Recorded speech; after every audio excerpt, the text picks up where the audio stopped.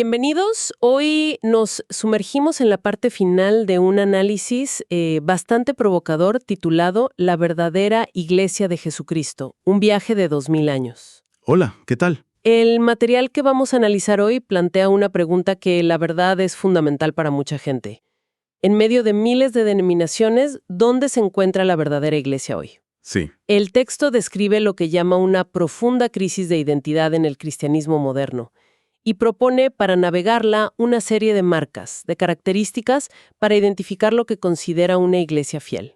y para entender por dónde empieza este análisis, creo que hay que captar una tensión clave que presenta desde el inicio. A ver, Es la tensión entre la Iglesia como un cuerpo espiritual de creyentes, algo invisible, universal, ¿no? Y por otro lado, la Iglesia como una institución visible. claro, con sus edificios, sus jerarquías. Exacto. Y según las fuentes, la confusión entre estos dos conceptos es la raíz de lo que llaman una crisis de autoridad. O sea, ya no hay un consenso claro sobre qué es y qué no es la Iglesia. Entiendo, es como si se estuvieran usando dos mapas distintos para encontrar el mismo lugar. Justo. El texto parece argumentar que todo el problema nace de un malentendido de la palabra misma. Empecemos por ahí. ¿Qué significa iglesia? Precisamente. El análisis retrocede hasta la etimología, y es muy revelador. Ajá. La palabra iglesia viene del griego eklesia, que literalmente significa los llamados afuera, o una asamblea convocada. O sea que desde el origen la idea no era un edificio de ladrillos. Para nada. Ni una organización. La idea original era un grupo de personas convocadas por Dios para salir del sistema del mundo. Es un concepto muy dinámico entonces. Se trata de personas, no de estructuras. Exacto. Y el material refuerza esto con las metáforas que usan los apóstoles. No la llaman la organización, Claro. la llaman el cuerpo de Cristo, donde cada miembro tiene una función. La llaman la novia de Cristo, para hablar de intimidad. Y hay una que menciona que es muy potente. Sí, la de columna y baluarte de la verdad, o sea, el pilar que sostiene la verdad en el mundo. Todas son imágenes orgánicas, relacionales, cero burocráticas. Y es justo ahí donde el texto dice que hemos perdido el rumbo. Introduce esta idea de una confusión total. Sí, Y plantea preguntas que resuenan mucho hoy. ¿La iglesia es la megaiglesia en Estados Unidos? ¿La catedral gótica en Europa? ¿O esos grupos que se reúnen en secreto en China? y el documento argumenta que el no tener una respuesta clara a eso es el centro de la crisis. Sostiene que si se pierde la definición de iglesia, se pierde todo lo demás. Todo lo demás. Todo. No hay verdad compartida, no hay autoridad doctrinal. La línea entre un creyente y alguien que va a un club social se vuelve borrosa. Entiendo. Para describir este estado, el texto usa un término del Apocalipsis, la Odisea. La Odisea. Para quien no esté familiarizado, ¿qué representa exactamente? En el Apocalipsis, la Odisea es la iglesia tibia, la que no es ni fría ni caliente. Ah, la iglesia autosuficiente. Esa misma. La que se siente rica, que dice no necesito nada, pero que Dios ve como pobre, ciega y desnuda. El texto usa esta imagen para describir gran parte del cristianismo visible actual. Una apariencia de éxito que esconde una pobreza espiritual profunda. Justo eso. Entendido. Entonces, frente a esta crisis, el texto plantea la gran pregunta: ¿dónde está la verdadera iglesia? Y la respuesta que da es francamente un acertijo. Sí, es paradójica. Dice que está en todas partes y en ninguna. A ver, esta idea es densa. Vamos a desmenuzarla. Desmenucémosla, porque es el corazón de su argumento. La parte de en todas partes se apoya en una promesa de Jesús en Mateo, ¿Cuál? la que dice, donde están 2 o 3 reunidos en mi nombre, allí estoy en medio de ellos. Ok. Según esta perspectiva, lo que define a la iglesia no es un pastor ni un edificio, es la presencia de Cristo. Si 2 creyentes se reúnen en su nombre, ahí está la iglesia. Eso es un cambio de paradigma radical. Le quita todo el poder a la institución y lo pone en la comunidad más básica. Totalmente. Lo democratiza. Ahora, la otra cara de la moneda. La parte de en ninguna parte. Exacto. Esa es la crítica a las instituciones. Se refiere a que ninguna denominación visible, ninguna organización, puede afirmar ser la única y verdadera iglesia. Es una afirmación muy fuerte. Y muy directa. Sostiene que todas, en mayor o menor medida, están comprometidas. Y para ilustrarlo, menciona una estadística increíble, que la iglesia visible se ha fracturado en más de 45.000 pedazos. 45.000. Es una cifra abrumadora. Da una idea de la magnitud del problema. Exacto. Por eso, el documento concluye que buscar la verdadera iglesia en una sola etiqueta institucional es una búsqueda que va a fracasar. Ok, si la conclusión es que ninguna denominación tiene el monopolio y no hay que buscar una etiqueta, eso nos deja en un lugar complicado. ¿Cómo propone el texto no quedar a la deriva? Propone cambiar el criterio de búsqueda. En lugar de buscar un nombre, sugiere buscar un conjunto de características, de señales vivas. El documento presenta 7 marcas clave. Interesante. ¿Y cuáles son? La primera es que Cristo es la cabeza. Suena obvio, pero el texto enfatiza que la autoridad final no es un papa, ni un concilio, ni un pastor. Sino Cristo mismo. Exacto, guiando a través de las Escrituras. Y de ahí viene la segunda marca. La Biblia tiene la autoridad suprema, por encima de cualquier tradición o corriente cultural. Y aquí el texto establece un contraste muy claro con la mentalidad de la Odisea, ¿verdad? Sí, La idea de que en lugar de someterse a lo que está escrito, se busca interpretar la Biblia para nuestro tiempo, que a menudo significa adaptarla. precisamente, la autoridad se desplaza de la palabra de Dios al intérprete. La tercera marca es que la conversión personal es un requisito. Se opone a un cristianismo cultural. Donde uno es cristiano solo por nacer en una familia o país cristiano. Exacto. Se requiere una decisión, una experiencia personal. Entiendo. ¿Cuáles son las siguientes? La cuarta, una vida santa es evidente. No se trata solo de tener la doctrina correcta en la cabeza, sino de que la vida refleje una transformación real. Tiene sentido. La quinta, que el evangelismo es una prioridad. La iglesia no existe para sí misma. Tiene que tener una visión hacia afuera, para cumplir el mandato de ir y hacer discípulos. Entiendo los primeros puntos. Son bastante clásicos. Pero las últimas dos que menciona el documento suenan especialmente difíciles de aplicar hoy en día. Sin duda, son las más contraculturales. La sexta es la existencia de disciplina corporativa. ¿Disciplina? Sí, el texto se basa en Mateo 18, donde Jesús instruye sobre cómo confrontar el pecado dentro de la comunidad. La idea es que el grupo es responsable de mantener un estándar de santidad.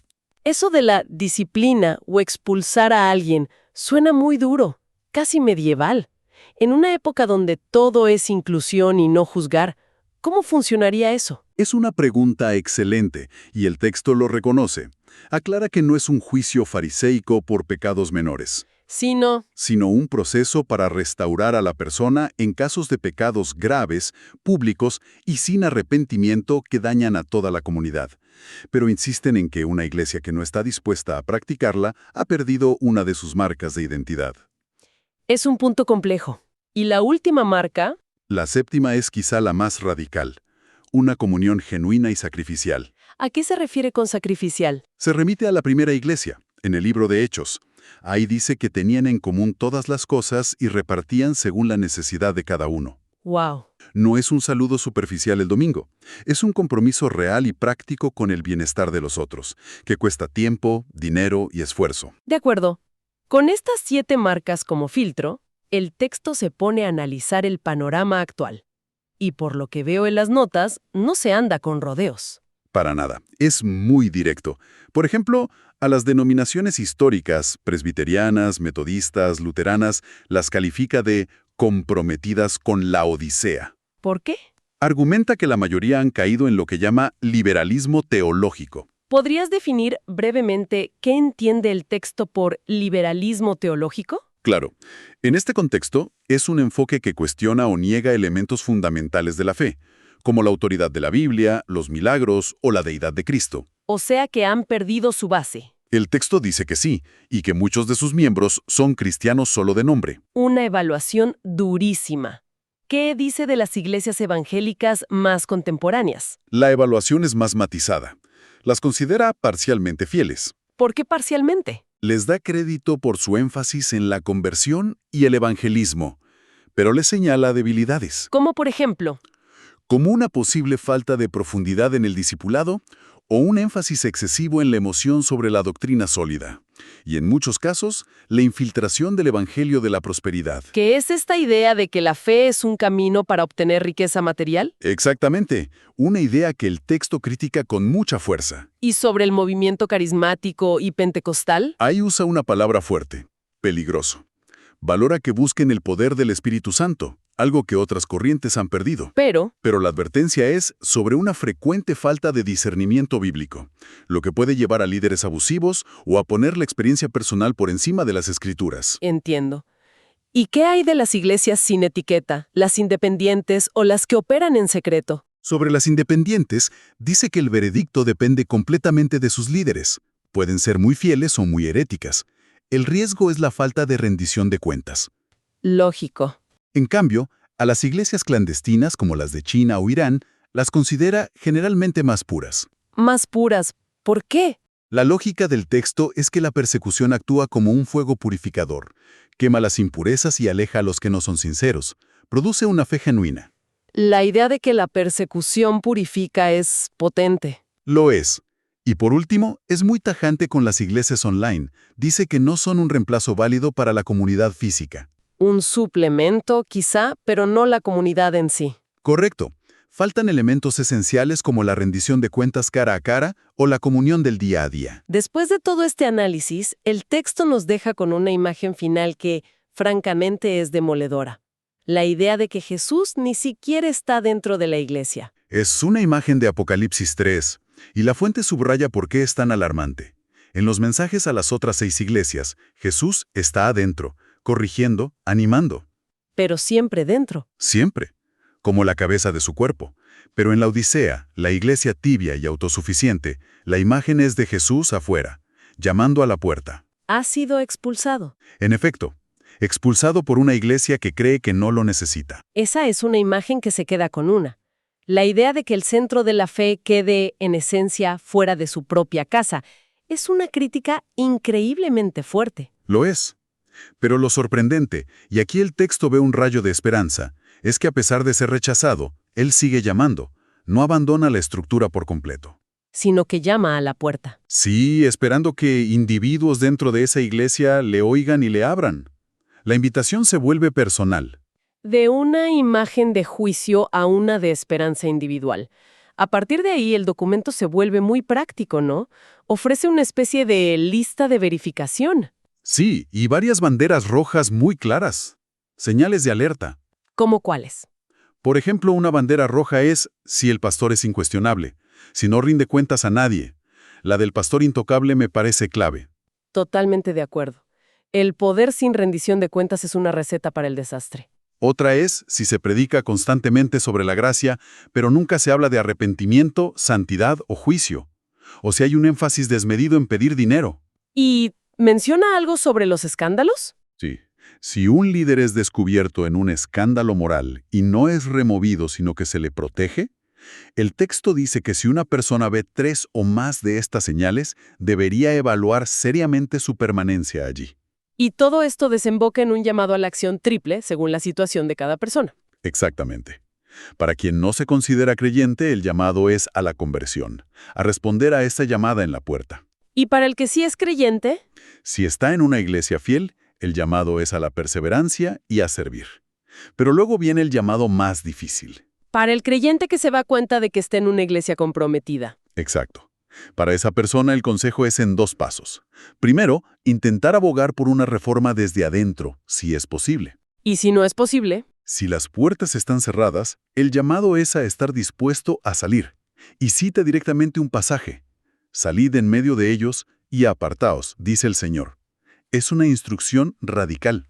en resumen, este análisis argumenta que la verdadera iglesia no es una institución que podamos señalar en un mapa. Es más bien un conjunto disperso de creyentes fieles, Una comunidad espiritual. definida no por un nombre, sino por un carácter. Y usa este contraste entre 2 modelos: Filadelfia, la iglesia fiel, y la Odisea, la iglesia popular pero espiritualmente ciega. Exacto. Y para terminar, el documento nos deja con una idea muy provocadora. Vuelve a una promesa de Cristo. Edificaré mi iglesia. Ajá, El texto sostiene que esta construcción sigue ocurriendo hoy, pero quizá no está ocurriendo en las grandes estructuras denominacionales. sino de forma más silenciosa. más invisible, donde sea que esos 2 o 3 se reúnan bajo la autoridad de Cristo y la Biblia. Entonces, ¿cuál es la conclusión práctica de todo esto? ¿A qué nos lleva? Nos lleva a una pregunta final que el texto no responda, pero que deja flotando en el aire. Si la definición funcional de iglesia se está desvinculando de las grandes instituciones y se está redefiniendo en torno a estas pequeñas comunidades fieles, ¿Qué implica eso para el futuro? exacto, ¿qué implica para el futuro de la religión organizada tal como la conocemos? Y a un nivel más personal, ¿cómo debería cambiar la forma en que los creyentes buscan y construyen la comunidad en las próximas décadas?